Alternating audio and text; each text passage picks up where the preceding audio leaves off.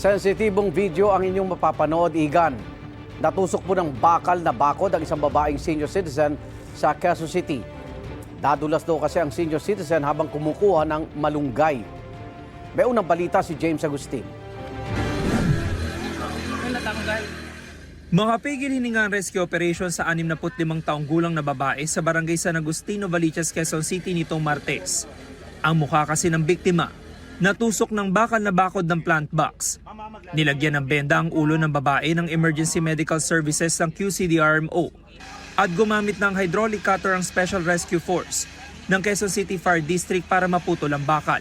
Pagkatapos manu-manong tinibag sa pagkakasemento ang bahagi nito, hanggang sa tuluyan ng mailigtas ang biktima. Maingat siyang inihiga sa stretcher at isinugod sa ospital. Ayon sa mga rescuer, tumagal ng halos 30 minuto bago na ialis ang biktima sa bakod.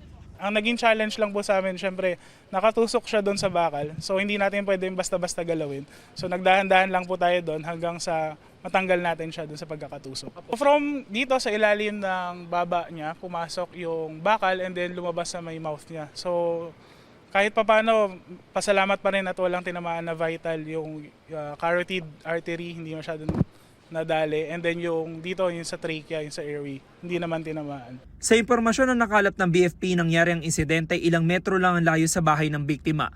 Ang plant box pagmamayari ng kanyang kapitbahay.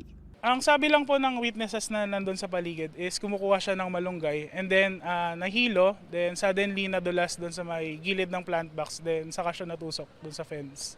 Sumailalim sa operasyon ng biktima para matanggal ang nakatusok na bakal. Nagpapagaling pa siya sa ospital.